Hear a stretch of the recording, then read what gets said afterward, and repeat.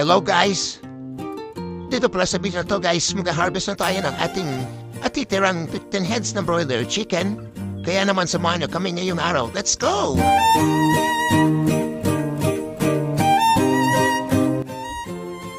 Dito pala guys, nililipat na natin sila sa ating slaughter area.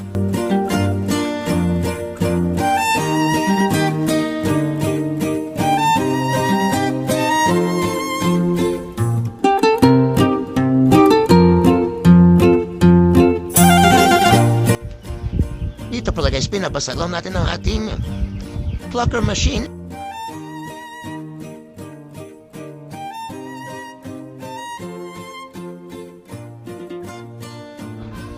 Dito pala guys, isa-isa namin silang inilalagay sa aming DIY na chicken hugger para at least kahit isang taway kayang kumatay mag-isa.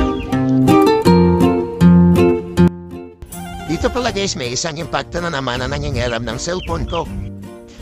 Dito pala sa part na to guys ay inilulubog na namin sila sa mainit na tubig. At sabay ilalagay sa ating plucker machine. Para ma-undress na sila tayo na nga. Ang lilinis na ng kanilang mga balat, sibuyas. Kita niyo naman ang pogi-pogi ko dyan.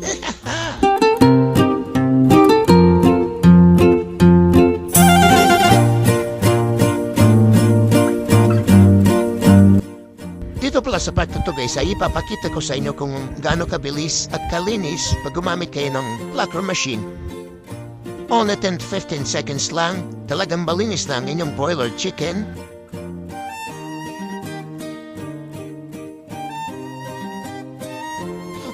At ito na nga guys, dadarin na natin sila sa ating munting bahay kubo para linisin ang mga natitirang balahibo nila.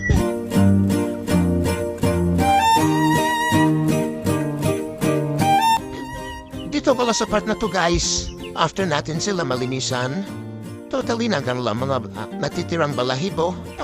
Sunod ay tatanggalin na rin natin ang kanilang mga laman loob.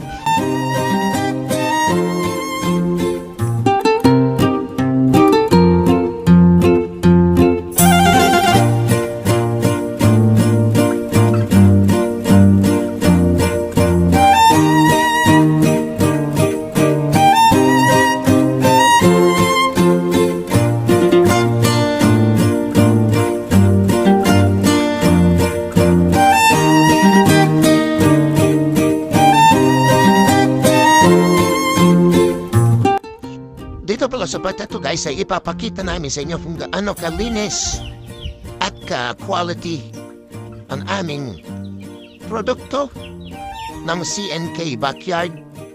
Saan namin natutunan kayo sa video na ito guys? Maraming salamat sa panonood.